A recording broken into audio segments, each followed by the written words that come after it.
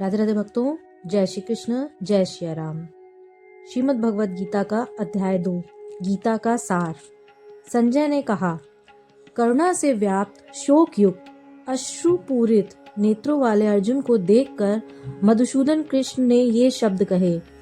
श्री भगवान ने कहा, हे अर्जुन, तुम्हारे मन में यह कलमश आया कैसे? यह उस मनुष्य के लिए तनिक भी अनुकूल नहीं है जो जीवन के मूल्यों को जानता हो। इससे उच्च लोक की नहीं अपितु अपयश की प्राप्ति होती है। हे प्रथा पुत्र, इस हीन नपुंसकता को प्राप्त मत हो, यह तुम्हें शोभा नहीं देता। हे शत्रुओं के दमन करता, हृदय की शुद्ध दुर्बलता को त्याग कर युद्ध के लिए खड़े हो जाओ। अर्जुन ने कहा, हे शत्रुहंता, हे मधुसूदन, मैं युद्ध भूमि में किस तरह भीष्म तथा द्रोण जैसे पूजनीय व्यक्तियों पर उलट कर बाण चलाऊंगा। ऐसे महापुरुषों को जो मेरे गुरु हैं, उन्हें मार कर जीने की अपेक्षा इस संसार में भीख मांगकर खाना अच्छा है। भले ही वो सांसारिक लाभ के इच्छुक हों, किंतु हैं तो वो मेरे गुरुजन ही। यदि उनका वध होता है तो हमारे द्वारा भोग्य प्रत्येक वस्तु उनके रक्त से सनी होगी। हम यह भी नहीं जानते कि हमारे लिए क्या श्रेष्ठ है, उनको जीतना या उनके द्वारा जीते जाना। यदि हम धृतराष्ट्र के पुत्रों का वध कर देते हैं तो हमें जीवित रहने की आवश्यकता नहीं है, फिर भी वे युद्ध भूमि में हमारे समक्ष खड़े हैं। अब मैं अपनी कृपण दुर्बलता के कारण अपना कर्तव्य भूल गया हूँ और सारा धैर्य खो चुका हूँ। ऐसी अवस्था में मैं आपसे पूछ रहा हूँ कि जो मेरे लिए श्रेष्ठकर हो उसे निश्चित रूप से बताएं प्रभु। अब मैं आपका शिष्य हूँ और आपका शरणागत हूँ, कृपया मुझे उपदेश दें। मुझे ऐसा कोई साधन नहीं दिखता जो मेरी इंद्रियों को सुखाने वाले इस शोक को दूर कर सके। स्वर्ग पर देवताओं के आधिपत्य की तरह इस धन धान्य संपन्न सारी पृथ्वी पर निष्कंटक राज्य प्राप्त करके भी मैं इस शोक को दूर नहीं कर सकूंगा। संजय ने कहा, इस प्रकार कहने के बाद शत्रुओं का दमन करने वाला अर्जुन कृष्ण से बोला, हे गोविंद, मैं युद्ध नहीं करूंगा, और चुप हो गया। संजय धृतराष्ट्र से बोले, उस समय दोनों सेनाओं के मध्य शोक मग्न अर्जुन से कृष्ण ने मानो हंसते हुए ये शब्द कहे। श्री भगवान ने कहा, तुम पांडित्यपूर्ण वचन कहते हुए भी उनके लिए शोक कर रहे हो जो शोक करने योग्य नहीं है। जो विद्वान होते हैं वे ना तो जीवित के लिए और ना ही मृत के लिए शोक करते हैं। ऐसे कभी नहीं हुआ कि मैं ना रहा हूँ या तुम ना रहे हो, अथवा ये समस्त राजा ना रहे हों, और ना ऐसा है कि भविष्य में हम लोग नहीं रहेंगे। जिस प्रकार शरीरधारी आत्मा इस शरीर में बाल्यावस्था से तरुणावस्था में और फिर वृद्धावस्था में निरंतर अग्रसर होता रहता है, उसी प्रकार मृत्यु होने पर आत्मा दूसरे शरीर में चला जाता है। धीर व्यक्ति ऐसे परिवर्तन से मोह को प्राप्त नहीं होता। हे कुंती पुत्र, सुख तथा दुख का क्षणिक उदय तथा काल क्रम में उनका अंतर ध्यान होना सर्दी तथा गर्मी की ऋतुओं के आने जाने के समान है। हे भरतवंशी, वे इंद्रिय बोध से उत्पन्न होते हैं और मनुष्य को चाहिए कि अविचल भाव से उसको सहन करना सीखे। हे पुरुषश्रेष्ठ अर्जुन, जो पुरुष सुख तथा दुख में विचलित नहीं होते और इन दोनों में संभाव रहता है, वह निश्चित रूप से मुक्ति के योग्य है। तत्वदर्शियों ने यह निष्कर्ष निकाला है कि असत भौतिक शरीर का कोई तो चिर स्थायित्व नहीं है, किंतु सत आत्मा अपरिवर्तनीय रहता है। उन्होंने इन दोनों की प्रकृति के अध्ययन द्वारा यह निष्कर्ष निकाला है। जो सारे शरीर में व्याप्त है उसे ही तुम अविनाशी समझो। उस अव्यय आत्मा को नष्ट करने में कोई भी समर्थ नहीं है। अविनाशी, अप्रमेय तथा शाश्वत जीव के भौतिक शरीर का अंत अवश्यंभावी है। अतः ये भारतवंशीय युद्ध करो। जो इस जीवात्मा को मारने वाला समझता है तथा जो इसे मरा हुआ समझता है, वे दोनों ही अज्ञानी हैं, क्योंकि आत्मा ना तो मारता है और ना मरता है। आत्मा के लिए किसी भी काल में ना तो जन्म है ना मृत्यु।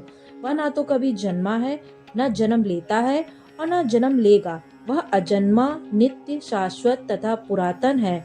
शरीर के मारे जाने पर वह मारा नहीं जाता।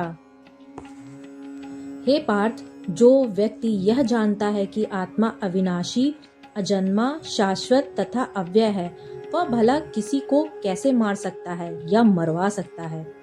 वासांसि जीर्णानि यथा विहाय, नवानि गृह्णाति नरोपराणि, तथा शरीराणि विहाय जीर्णान्य न्यानि संयाति नवानि देहि।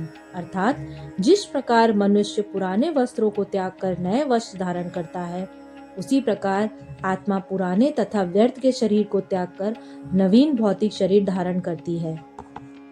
किंतु यदि तुम यह सोचते हो कि आत्मा अथवा जीव का लक्ष्य सदा जन्म लेता है तथा सदा मरता है, तो भी हे महाबाहु, तुम्हारे शोक करने का कोई कारण नहीं है।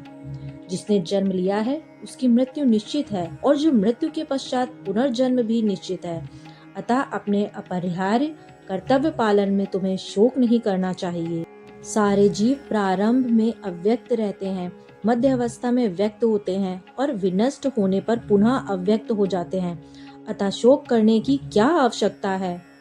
कोई आत्मा को आश्चर्य से देखता है, कोई इसे आश्चर्य की तरह बताता है तथा कोई इसे आश्चर्य की तरह सुनता है, किंतु कोई इसके विषय में सुनकर भी कुछ नहीं समझ पाते।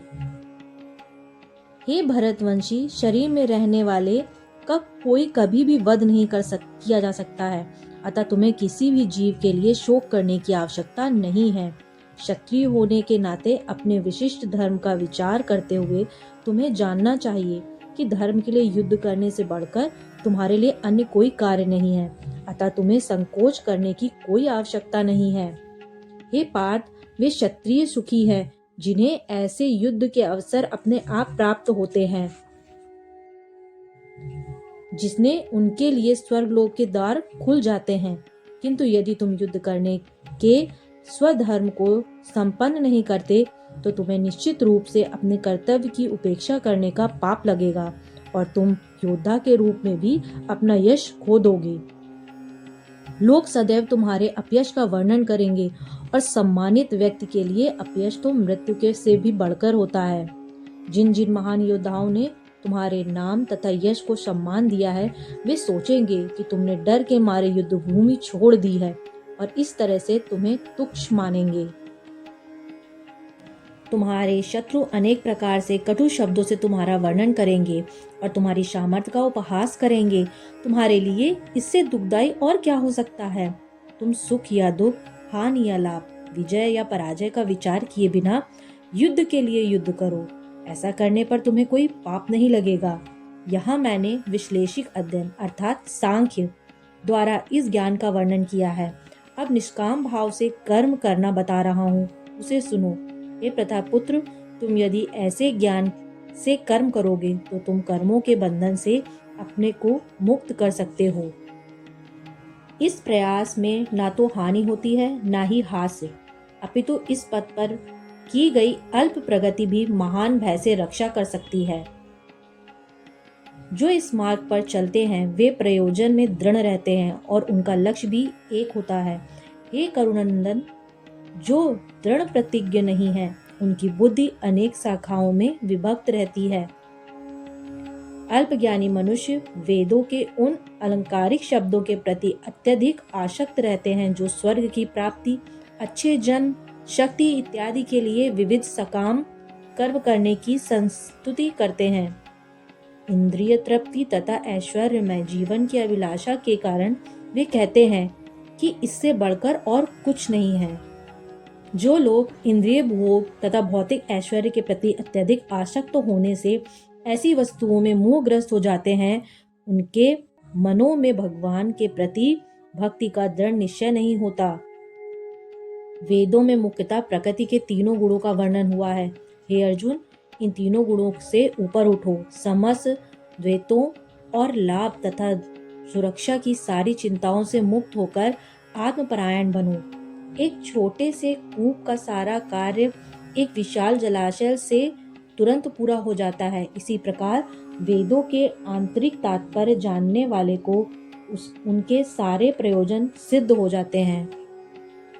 कर्मण्येवाधिकारस्ते मा फलेषु कदाचन माँ कर्म फल हेतु भूर्मा ते सांगो अस्तु कर्माणि।